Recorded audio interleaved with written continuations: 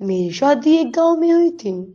شادی سے پہلے جب میں ان سے ملتی تو مجھے لگتا کہ ان سے بہت محبت تھی۔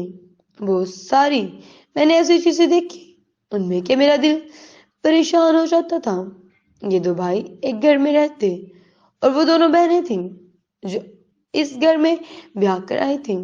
دونوں بھائی تو آپس میں نہ لڑتے، پر میں نے ہر چھوٹی چھوٹی بات پر بہنیں لڑ پڑتی اور ان کے بچے بھی ایک دوسرے سے بہت نفرت کرتے، ہر چھوٹی چھوٹی بات کو نوٹ کرتے۔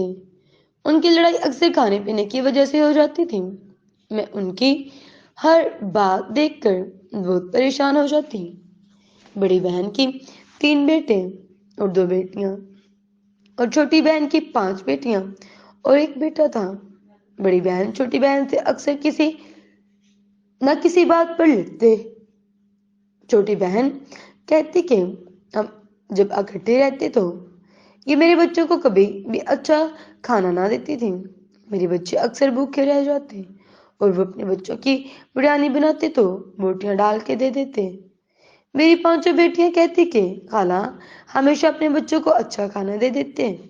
میں ہمیشہ کہتی ہوں بیٹا کوئی بات نہیں، ہمارا خدا ہمارے لیے سب کچھ اچھا کرے گا۔ وہ ہمیشہ ان کے بچوں کو اچھا نہ جانتے تھے، تو وہ دونوں بہنیں ہمیشہ لڑتی رہتی اور ان کا ذرا بھی اتفاق نہ تھا۔ اس لیے ہمیں ہمیشہ چاہیے کہ کبھی بھی ایک گھر میں اور نہ ہی ایک گھر میں 2 بہنوں کی شادی ہونی چاہیے۔